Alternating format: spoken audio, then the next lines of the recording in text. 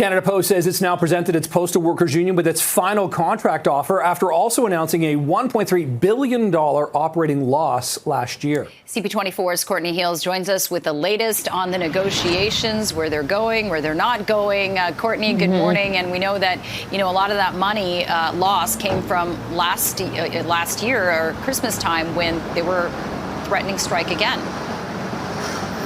Yeah, there was an update from Canada Post released yesterday, guys, so taking a look at their financial situation, and they acknowledge, they took a hit during that strike during the fourth quarter last year.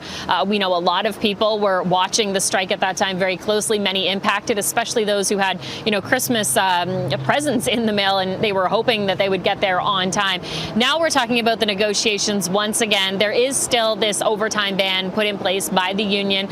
We know that Canada Post has said as a result, they are seeing some delays and they're seeing a drop in the overall delivery. Here's the latest this morning. Canada Post says they've laid out their final offer. The union feels the employer, though, is just playing hardball. The Crown Corporation says in their latest proposal they are going to work to end mandatory overtime. There's signing bonuses, also better cost of living payments, and the wage hike of almost 14% over 4 years, though, remains unchanged. Here's what the union has to say about that latest offer. Part of a statement reads, while Canada Post insists that its offers reflect the union's demands from our May 25th proposal, there are almost no changes from what the employer put forward on May 21st. There's no question.